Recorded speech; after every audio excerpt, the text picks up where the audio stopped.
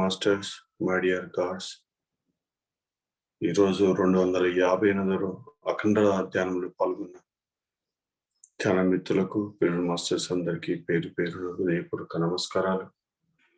మన కలయిక కారణమైన జ్ఞాన పితామహులు మైత్రేయ బుద్ధ భగవాన్లైన పత్రి గారికి హృదయపూర్వక నమస్కారం తెలియజేసుకుందాం. మై డియర్ ఫ్రెండ్స్, ఎన్నో రకాలుగా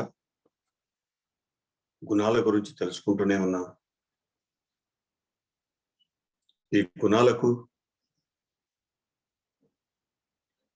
మన ఆధ్యాత్మిక ప్రయాణంలో ఉన్నత వైపు అనంతతత్వం వైపు ప్రయాణం చేసేటప్పుడు ఏ విధాలుగా పరిణామం చెందుతుంది, వాటి విధి విధానాలు ఎలా ఉంటాయి, అవి ఎలా మనకు సమస్తము అందించే విధంగా పరిణామం చెందుతాయి, వాటి గురించి నాకు తెలిసినంతగా నేను విశ్లేషిస్తాను. మై డియర్ ఫ్రెండ్స్,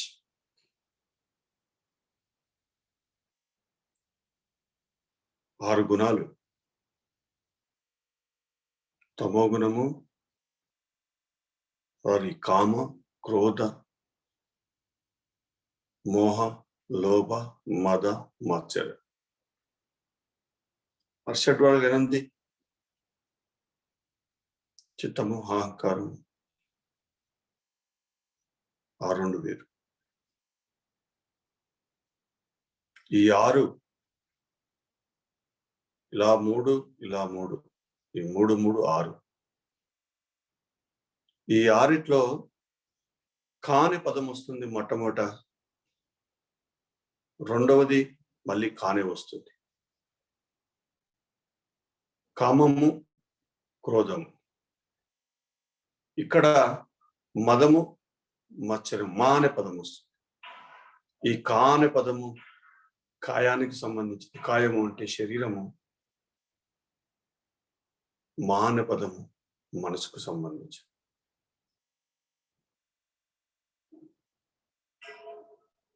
మోహము, లోభము బుద్ధికి సంబంధించి. ఈ ఆరు గుణాలలో మొత్తం కథంతా ఇమిడిచి ఉంది భగవతత్వానికి సంబంధించి. అందుకే పదే పదే చెప్తూ ఉంటాను, ఏది చెడు గుణాలు ఎక్కడ లేవు, చెడ్డయి పనికిరాని ఎక్కడ లేవు, అన్ని పనికొచ్చేవి. అవి ఎంతలా మార్పు చెందుతూ ఉంటే వాటి సహజత్వంలోకి, సహజ గుణాలు అంటారు. సహజ గుణాలు, ఆ సహజ గుణాలే భగవంతుడి యొక్క గుణాలుగా పరిగణించబడతాయి. ఈ గుణాలు చుట్టూ జన్మ జన్మలుగా మాలిన్యాలని నింపేశాం, వాటి యొక్క సహజత్వాన్ని కోల్పోయాయి, అన్నీ అసహజతత్వంలోకి వచ్చాయి. కామము, కోరిక, విధిమీరిన కోరికలు. ఆ కామం తీరదెప్పుడు, మితిమీరిన కోరికలు ఎప్పుడూ అంతూ పొంతూ ఉండదు. ఒకటి తర్వాత ఒకటి. అనారోగ్యం లేనప్పుడు అనారోగ్యాన్ని కోరుకుంటాం, అనారోగ్యం అయిపోయిన మరుక్షణమే ఇంకొకటి వచ్చి పడుతుంది సమస్య. మళ్ళీ కోరిక, మళ్ళీ అది పోతుంది, మళ్ళీ కోరిక. ఇది అంతూ పొంతు లేని. అలా కొన్ని తీరుస్తారు. అందుకే సాధనలో కొత్తగా వచ్చినప్పుడు ఫటాఫటా ఫటాఫటా ఫటాఫట చాక్లెట్ పడిపోతాయి, అన్నీ తీరుతాయి. కానీ కొన్ని రోజుల తర్వాత అందులో మోహంలో ఉంటావు, దాని చుట్టూ మోహం పెరిగిపోతుంది. ఎంతవరకు అంటే నువ్వు ఇంకా దాంట్లో పూర్తిగా స్థితమైనంత వరకు నీకు చాక్లెట్లు పడతాయి. స్థితమైన తర్వాత చాక్లెట్లు పోతాయి, అన్నీ పోతాయి. కోరికలు నెరవేరి అన్నీ అస్తవ్యస్తం అవుతుంది, క్రోధం పుడుతుంది. అది సహజం, అది ఫస్ట్ ఫేజ్లో. అందుకే మొట్టమొదట నువ్వు ధ్యానంలోకి వచ్చినప్పుడు నువ్వు అనుకునే నెరవేరుతాయి ఫస్ట్ ఫేజ్లో. సెకండ్ ఫేజ్లో నువ్వు అనుకునే నెరవేరి నీకు ఏదైతే నీ ఆత్మ యొక్క ఎదురు జరుగుతుందో నీ ఆధ్యాత్మిక ప్రయాణానికి ఏది ఉపయోగపడుతుందో అది మాత్రమే జరుగుతుంది.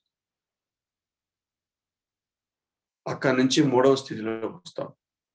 3వ స్థితిలో నీ ప్రణాళికకు సంబంధించి, విశ్వ కళ్యాణానికి సంబంధించి నువ్వు ఏ కార్యక్రమం చేపడతావో దాంట్లో నువ్వు ఏదనుకుంటే అది జరుగుతుంది. ఆ కార్యక్రమం తలపెట్టిన నీ కార్యక్రమం ఎప్పుడు ఎక్కడ ఆగదు. అన్నీ సమకూరుతూ ఉంటాయి. ఆశ్చర్యంగా ఉంటుంది మనకు. అందుకే విశ్వ కళ్యాణంలో సకల్యాణం కూడా ఉంది. మన కళ్యాణం కూడా జరుగుతుంది అక్కడ. మన ఆత్మ యొక్క ఎదుగుదల జరుగుతుంది. ఆధ్యాత్మిక యొక్క ప్రయాణం బ్రహ్మాండంగా ఉంటుంది. అందుకే first phase, second phase, third phase, ఈ 3 విధాలుగా ఎవరి ఆధ్యాత్మిక ప్రయాణంలో అయినా అది సహజం.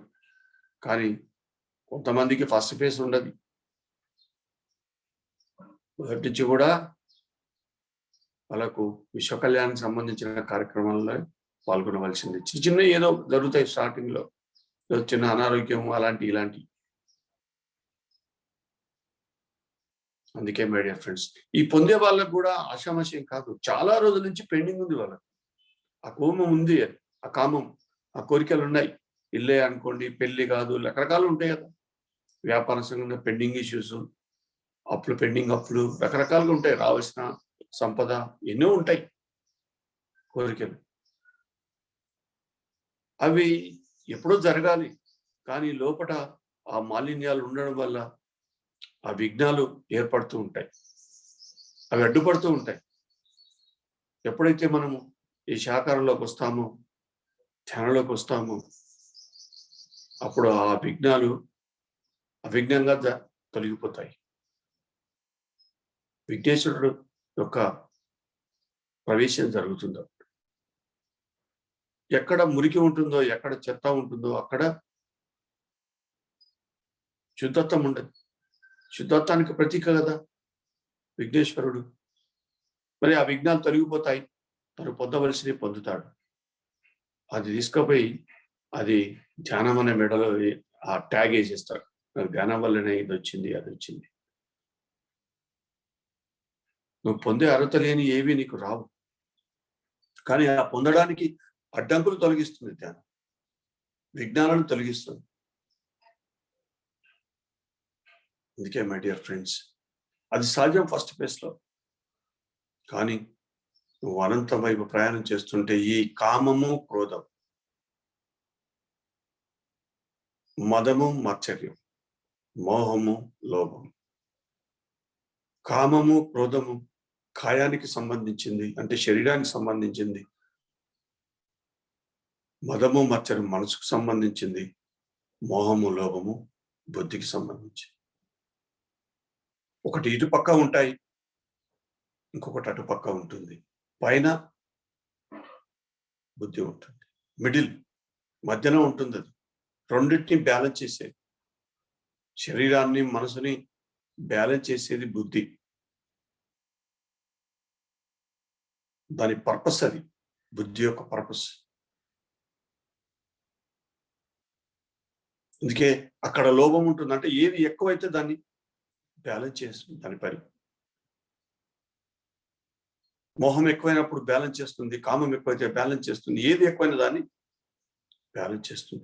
ఎక్కానొక స్థితిలో నుంచి, ఫస్ట్ ఫేజ్ నుంచి సెకండ్ ఫేజ్ నుంచి నువ్వు థర్డ్ ఫేజ్ లోకి వస్తావో అనంతతత్వం వైపు, అప్పుడు వీటి యొక్క ప్రాపర్టీ ఎంత మారిపోతుంది నీ సాధన ద్వారా.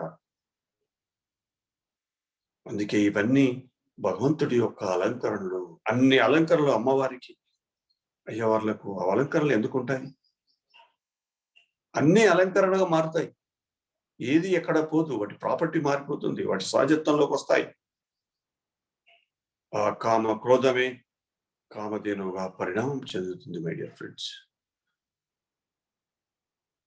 కామధేనువుగా పరిణామం చెందుతుంది.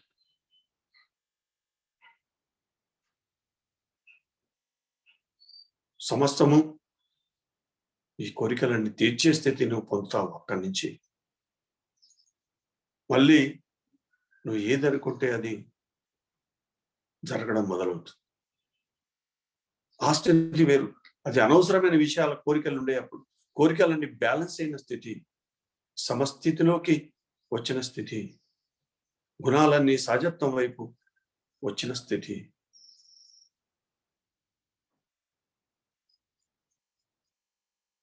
అందుకే మై డియర్ ఫ్రెండ్స్, ఈ కామధేను ఫస్ట్ ఫేజ్ లో ఈ కామధేను ఒక రకంగా ఉంటుంది, సెకండ్ ఫేజ్ లో ఒక రకంగా ఉంటుంది, మూడో రకం స్థితిలో ఇంకొక రకం. అందుకే గుణాలన్నీ రక్షణ వ్యవస్థ అంట. విశ్వామిత్రుడు దేశ పర్యటనకు బయలుదేరుతాడు. ఆ బయలుదేరేటప్పుడు మధ్యాహ్నం ఆకలి అవుతుంది, అందరికీ భోజనాలు కావాలి. ఎలా అనుకుంటే ఆ సైనికుడు అంటే సైనికులకు అధిపతి, సైన్యాధిపతి చెప్తాడు, స్వామీజీ ఇక్కడ రాజాగారు మహారాజా ఇక్కడ దగ్గరలోనే వశిష్ఠుడు అనే మహర్షి యొక్క ఆశ్రమం ఉంది, మరి వారి దగ్గరికి వెళ్తే మనకు అన్ని అక్కడ ఎంతమంది పోయినా భోజనాలు పెడతారంట, మనం అంతకంటే వేరే మార్గం లేదు మనకి, అదొక్కటే ఉంది ఈ అడవిలో, వారి దగ్గరికి వెళ్తామంటే ఒక మనిషిని పంపిస్తాడు. మేము ఇంతమంది ఉన్నాం, ఇన్ని వేల మంది సైనికులు ఉన్నాం, మా అందరికీ మరి భోజనాలు వడ్డించే శక్తి ఉందా, మేము రావచ్చా అని అడిగి రమ్మని పంపిస్తే ఓఎస్ రావచ్చు అని అక్కడి నుంచి కబురు వస్తుంది. వెళ్తారు అక్కడికి, అక్కడ కామధేను ఉంటుంది. అన్ని క్షణాల్లో సమస్తము ఏర్పాటు జరుగుతుంది.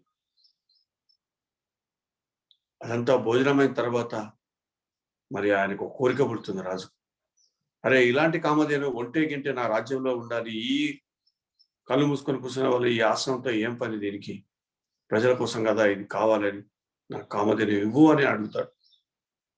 అది ఇప్పటికి కుదరది అంటాడు వశిష్ఠుడు, ఇది ఆశ్రమం దాటికి బయటకు రాదు, అది తీసుకోకూడదు, సరికాని కోరిక రాజాగారు అంటాడు. కోపం వస్తుంది విశ్వామిత్రుడికి, ఎంత అయినా కాదు.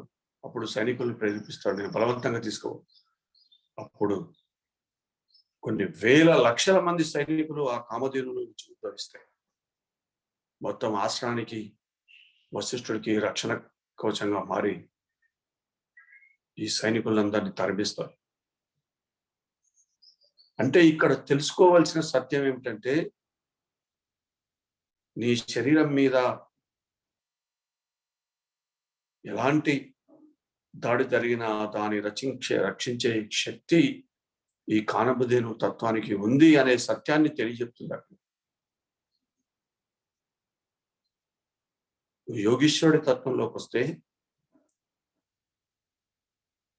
ఇది నేనే అంతా, అంతా నేనే, అంతా ఒకటే అని ఆ ప్రయాణంలో మొదలైనప్పుడు ఆ అనంతతత్వంలో ఇది మొట్టమొదటి స్థాయి,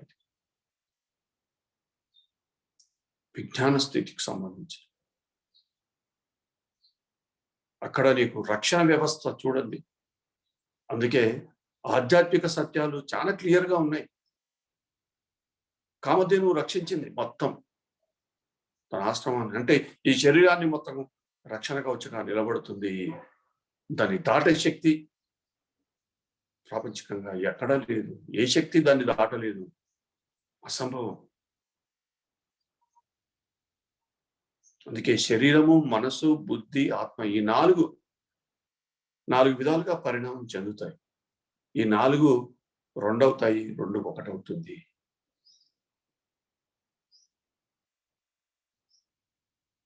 అందుకే మై డియర్ ఫ్రెండ్స్, శరీరము మనసు ఒకటవుతుంది, అది కామధేను తత్వము. బుద్ధి ఆత్మ ఒకటవుతుంది, అది కల్పవృక్షం. ఈ రెండు ఒకటి కావడమే అక్షయ పాత్ర.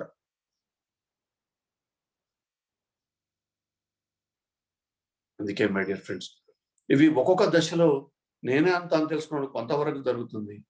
అంతా నేనే అని తెలుసుకున్నప్పుడు మధ్యస్థాయికి వస్తాం, అంతా ఒకటే అని తెలుసుకున్నప్పుడు పూర్తి స్థాయిలోకి వస్తాం. మళ్ళీ అక్కడ మళ్ళా 3 స్థితులు ఉంటాయి. అందుకే ఎక్కడ పోయినా ఈ 3 అంకెలు 3 విధాలుగా పరిణామం చెందుతూనే ఉంటాం. కానీ ఈ గుణాలు ఈ విధంగా పరిణామం చెందుతాయి. అందుకే ఈ గుణాలలో మార్పు జరిగేటప్పుడు మీరు చాలా మంది గమనించుకోండి, మన వేళ్ళల్లో మార్పులు వస్తాయి. వేళ్ళల్లో ఈ ఈ పక్కకు ఈ వైపు నల్లగా చారలు వచ్చేస్తాయి. నల్లగా అదంతా మురికంతా ఉంటుంది. ఎట్లా నువ్వు సాధన చేస్తూ ఉంటావో, శుద్ధత్వం పొందుతూ ఉంటావో, వీటిలో మార్పులు రావడం మొదలవుతుంది. తెల్లగా నిగనిగలాడుతుంటే ఎక్కడ మచ్చలన్నీ మాయమైపోతాయి. ఆ మురికంతా మాయమైపోతూ ఉంటుంది. నా వేళ్ళే నా సాధన యొక్క కథను చెప్తాయి నాకు. నేను ఏం జరగబోతుంది, ఎంత సాధన జరిగింది, నేను ఆ వేళ్ళని మీరు ఎప్పుడైనా పత్రిగారి వేళ్ళని గమనించారా? పత్రిగారి కాళ్ళ వేళ్ళని గమనించారా? తెలుస్తుంది. ఇంతకు ముందున్న వారి కాళ్ళల్లో ఎలా ఉంది మార్పులు, ఎప్పుడు ఎలా ఉంది, ఎన్ని గుర్తులు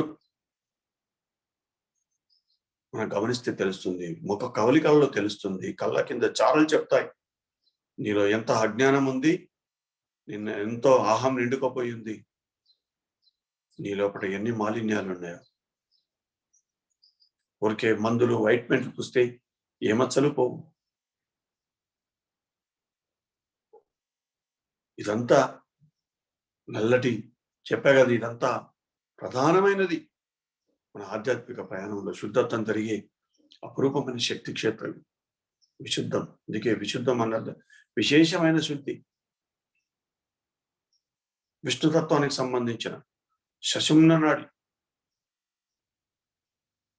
ఎన్ని అడ్డంకులో అడుగడుగున అడ్డంకులే. మూలాధారం నుంచి బొడ్డు దగ్గర అడ్డంకి, బొడ్డు దగ్గర నుంచి విశుద్ధానికి పోయే మధ్యన బొడ్డు దగ్గర అడ్డంకి, స్వాధిష్టానం దగ్గర అడ్డంకి, ఎన్ని అడ్డుగోడలు. అందుకే అది భగవంతుడి యొక్క నాడి. భగభగమండే శక్తికి సంబంధించింది.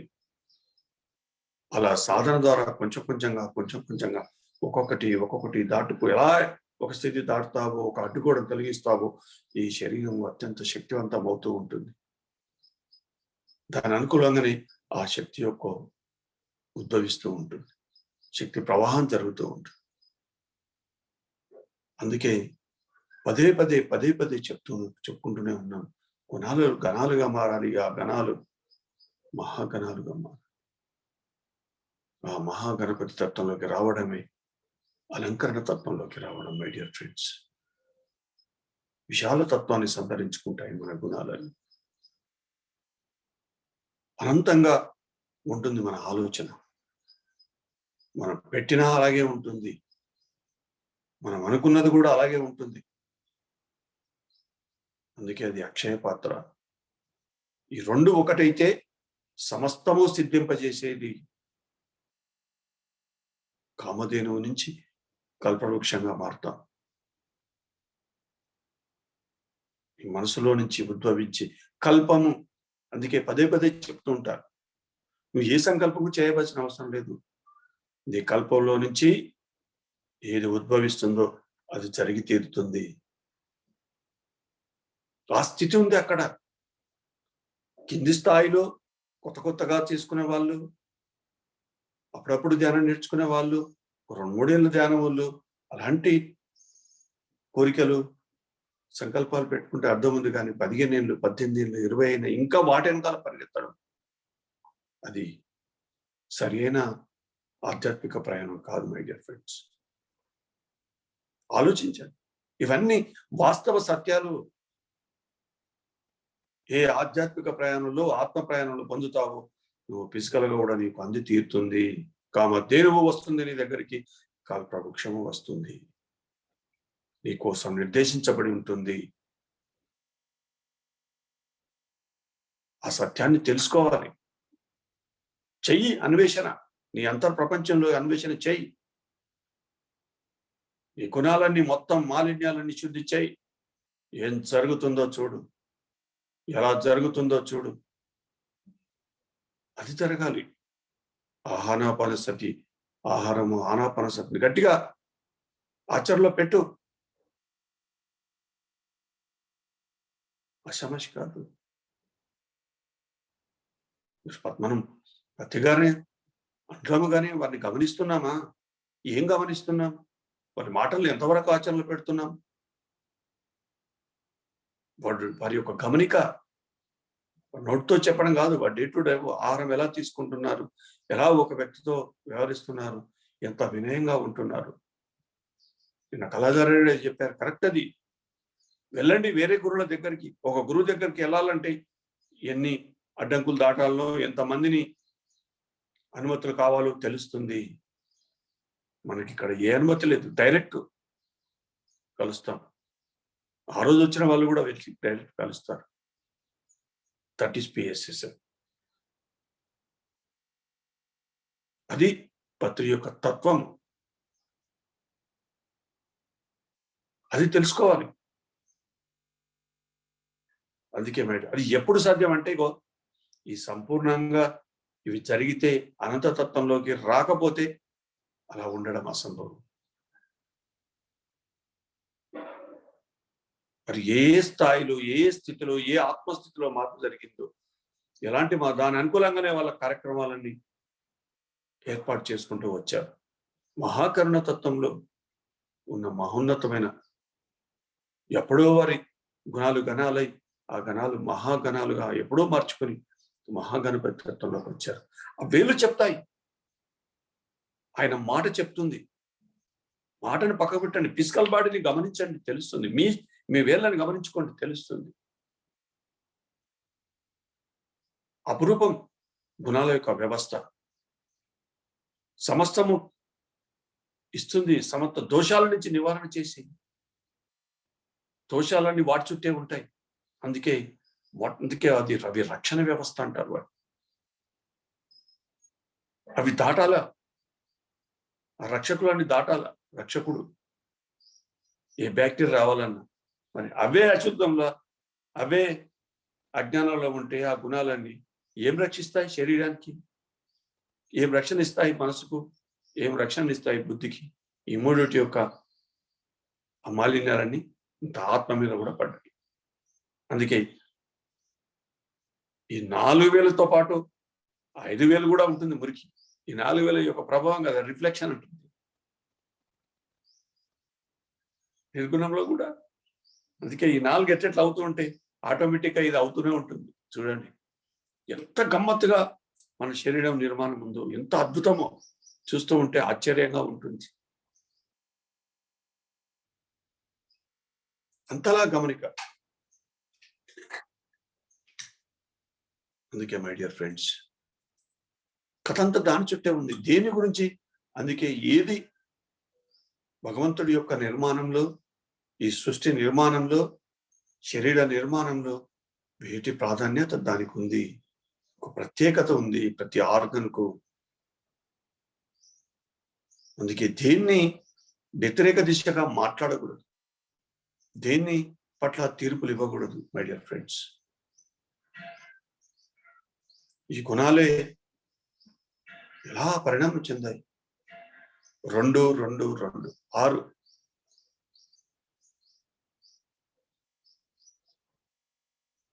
కామధేనువు, కల్పవృక్షము ఇలా ఉంటుంది. ఇది కామధేను తత్వంలోకి వస్తుంది, ఇది కల్పవృక్షాలకు వస్తుంది. ఈ 2 ఒకటైనప్పుడు ఇక్కడ అక్షయపాత్రగా పరిగణించబడుతుంది. అది బుద్ధి. బుద్ధి యొక్క విస్ఫోటం. బుద్ధి యొక్క విస్ఫోటం మై డియర్ ఫ్రెండ్స్.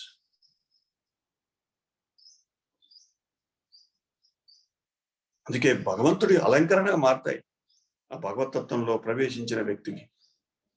ఆ స్థితి పొందిన వ్యక్తి సమస్తము తానై ఉంటాడు. అక్కడికి అలాంటి స్థితి పొందినప్పుడు నీ దగ్గరికి ఎవరికి వచ్చినా వాళ్ళకు ఏది అవసరమో అది సమస్తమే సకలము సిద్ధింపజేస్తుంది. సహజంగా జరుగుతుంది అది. సమస్య అంతా ఒక్కటే అని తెలుసుకునే సత్యము. సమస్తము ఒక్కటే చెప్పారు నిన్న కళాధరెడ్డి గారు. వారిలో నేను ఐకంగా ఎన్నో వేల మంది గురులను నేను వారి యొక్క బాడీలో, ఎస్ అంతా ఒక్కటే, అంతర్లో ఉన్నది ఒకటే, నాలో ఉన్నది ఒకటే అని ఆ సత్యాన్ని ఎప్పుడైతే దర్శిస్తామో సమస్తము మన లోపలే ఉంటుంది, అందరి లోపల మనమే ఉంటాము. నీ కాన్షియస్ అందరిలో ఉంటుంది, అందరి కాన్షియస్ నీ లోపల ఉంటుంది. అదే సత్యము. ఆ సత్యాన్ని దర్శించారు వారు. వారి అనుభవంలో చెప్పారు. ఏకం సత్, సత్యమంతా ఒకటి. ఏకత్వం అంటే అసంస్కారం. అది అనేక విధాలుగా పరిణామం చెందుతూనే ఉంటుంది. ఏకత్వం ఎంత దూరం ప్రయాణము, ఊహకందనంత ప్రయాణం మై డియర్ ఫ్రెండ్స్.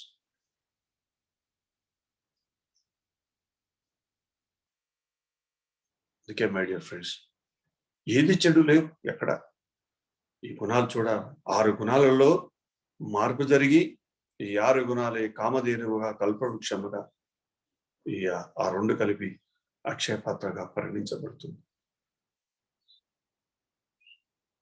శుద్ధత్వంలో ఒకలాగా దాని ప్రాపర్టీ, బుద్ధత్వంలో ఒకలాగా ఉంటుంది. సిద్ధత్వంలో శుద్ధత్వం అంటేనే కామధేను, బుద్ధత్వం అంటే కల్పవృక్షం, సిద్ధత్వం అంటే అక్షయపాత్ర. ఆ అక్షయపాత్ర తత్వంలో మొట్టమొదటి స్థితిలో దాంట్లో ప్రతిదా మళ్ళీ ఈ మూడిట్లలో మళ్ళీ మూడు స్టెప్లు ఉంటాయి. ఈ మూడిట్లలో ఈ 3 ప్రతి ఒక్క దాంట్లో కొంతగా పరిణామం చెందుతూనే ఉంటుంది. ఏది ఒకటిసారి కంప్లీట్ కాదు. ఎప్పుడూ కొంత గ్యాప్ ఉంటుంది ప్రతి దాంట్లో. అందుకే ఆ 3 త్రిగుణాత్మకం. అందుకే మై డియర్ ఫ్రెండ్స్, అసమస్య కాదు. గుణాలలో మార్పు వచ్చిన వ్యక్తిని ఒక్క క్షణంలో పసిగట్టవచ్చు. ఆచరణలో తెలిసిపోతుంది, ఆ మాటల్లో తెలిసిపోతుంది, ఆ వినయంలో తెలుస్తుంది. అందరి పట్ల తన స్నేహంగా ఎలా మసులుతున్నాడో తెలుస్తుంది. ప్రతిదీ తెలుస్తుంది. తిండి తినేటప్పుడు తెలుస్తుంది, తిండి పెట్టేటప్పుడు తెలుస్తుంది. ఇంతలా పరిణామం చెందుతాం. ఇది రాత్రికి రాత్రి జరిగేది కాదు. అబ్రకదబ్రా అనగానే అయిపోయేది కాదు. చెప్పడానికి మాటలు సులువుగా ఉంటాయి, కానీ అనుభవపూర్వకంగా తెలుసుకోవాలంటే ఎంతెంత సాధన జరగాలో, అన్ని జన్మల కర్మలు.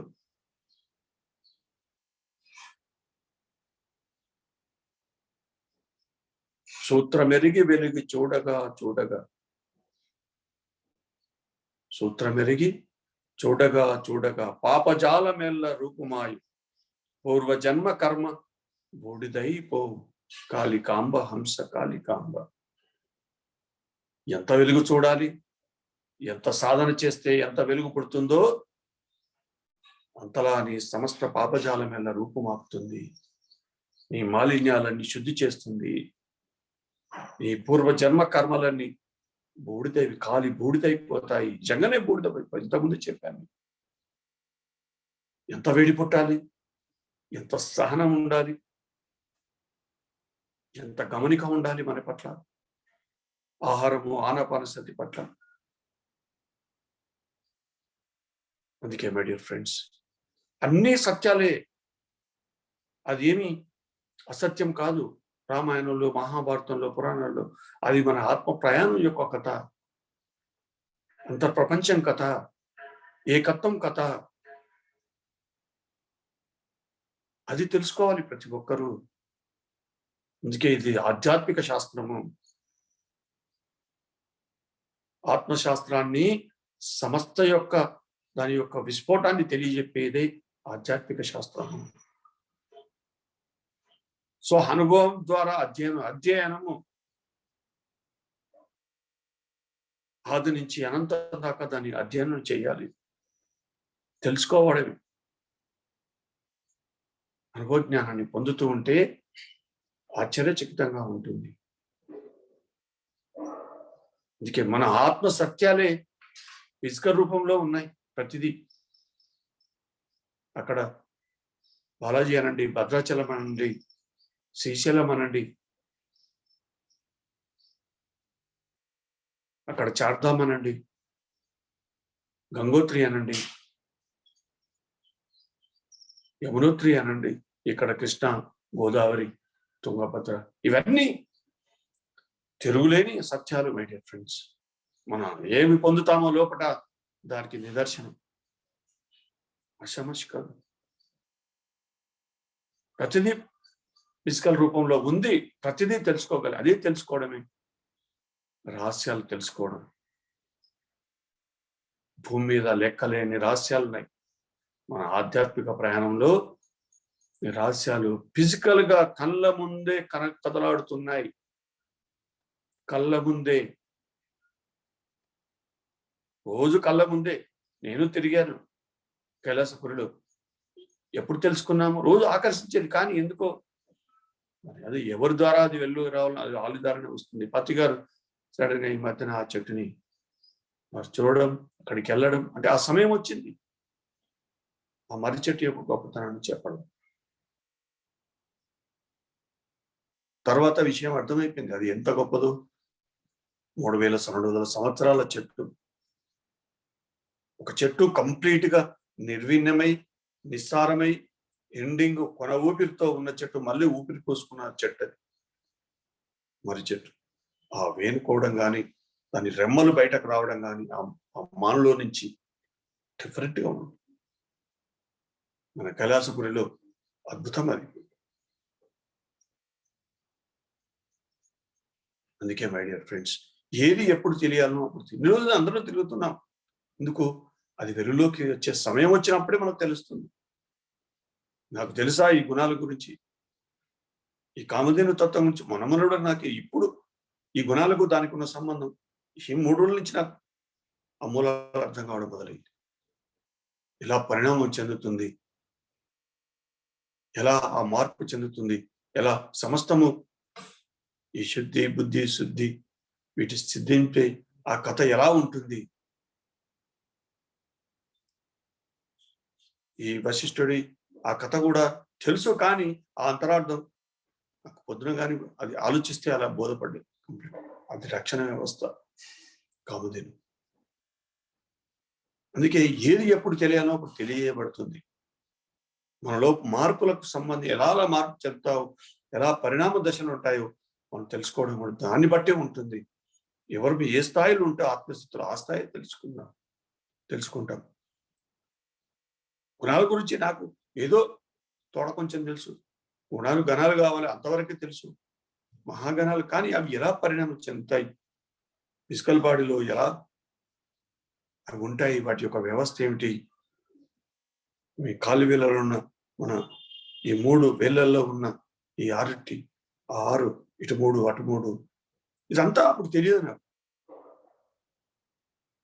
ఇగో మీతో పాటు నేను, నాతో పాటు మీరు ఈ 258 రోజుల పాటు ప్రయాణం, అంతులేని సత్యాలు, అనంతమైన ఆ ప్రయాణం వైపు ఎన్నెన్ని మలుపులు, ఎన్నెన్ని అద్భుతాలు.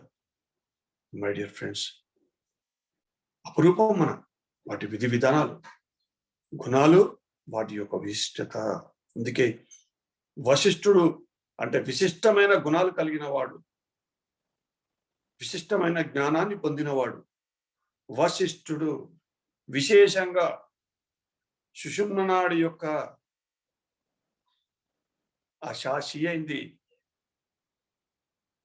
ఆ సుషుమ్న నాడి అంతర్ముఖం చేసుకున్నవాడు వశిష్ఠుడు. విశేషంగా అది వశిష్ఠుల వారి యొక్క స్థితి. సుషుమ్న నాడికి అంతర్ముఖమైనప్పుడు వాడి దగ్గర కామధేను వచ్చి తీరుతుంది. ఈ రామాయణం కథ నేనే అంతా నేనే కాదు, అంతా ఒకటే స్థితిలో మొట్టమొదటి అవతారం. అందుకే అది అవతారం ఎండింగ్ అవుతుంది. దశావతారం, రామావతారం తర్వాత కృష్ణావతారం, తర్వాత బుద్ధ అవతారం. తర్వాత ఎండింగ్ కథ లేదు, మొత్తం కలగలిపేది 9 మూడముల్లో 9 వాటి కలగలిపేది. ఈ 3 అవతారాల్లో 3గా పరిణామం చెందేది కామధేనువు, కల్పవృక్షము, అక్షయపాత్రం. My dear friends,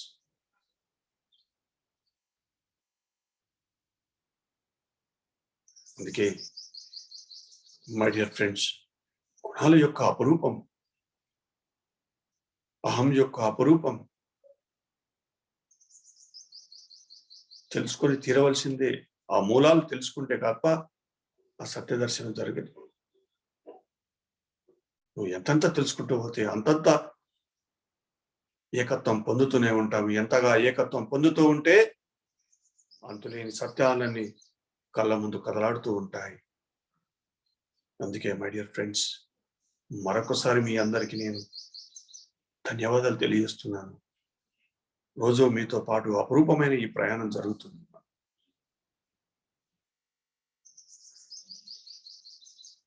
so amazing journey. ధ్యానం కానీ రోజు ఉదయం ఒక్కొక్కసారి కష్టంగా ఉంటుంది నాకు. రోజు కళ్ళు తెరిచి మాట్లాడేటప్పుడు ఆఖరికి సోమేశ్వరరావు గారు ఓకే చెప్పమనేంత వరకు కూడా పరిస్థితి అలా ఉంది. దాంట్లో నుంచి బయట రావడం కష్టంగా ఉంటుంది ఉదయం. అంతటి తీవ్రమైన ప్రకంపనలు, మనందరి యొక్క సమిష్టి కృషి, అలా శక్తి ప్రకంపనలు మై డియర్ ఫ్రెండ్స్. మరొకసారి అందుకే మీ అందరికీ నేను మరొకసారి ధన్యవాదాలు తెలియజేస్తున్నాను, నమస్కారం తెలియజేస్తున్నాను, అభినందనలు తెలియజేస్తున్నాను. Thank you, thank you, thank you.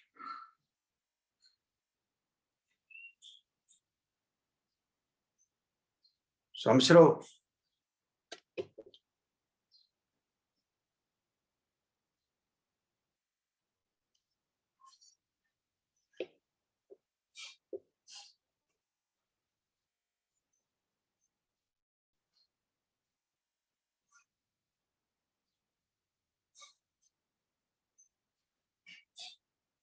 Okay my dear friends, thank you very much. మరి అలాగే రేపు 10 తారీఖు నాడు సాయంత్రం పత్రి గారి యొక్క సమక్షంలో మహాశివరాత్రి సంబరాల్ని మనం మొదలు పెట్టబోతున్నాం. మన పిరమిడ్లో మహాక్షేత్రంలో, మహాపిరమిడ్ మహాక్షేత్రంలో ఆ రోజు అందరు రావాలి. 10 తారీఖు నాడు సార్ ఉంటాడు. 11 నాడు మహాశివరాత్రి అఖండ ధ్యానం ఉంటుంది. ఎట్టి పరిస్థితిలో ఈసారి అఖండ ధ్యానాన్ని మిస్ చేసుకోకండి. అపురూపం ఈసారి అఖండ ధ్యానం. అందుకే చక్కటి కార్యక్రమాలు ఉంటాయి, అందరు రావాలి అక్కడికి. అలాగే అన్నపూర్ణేశ్వరి నిత్య అన్నప్రసాదానికి అందరూ ఇతోధికంగా సహాయపడండి.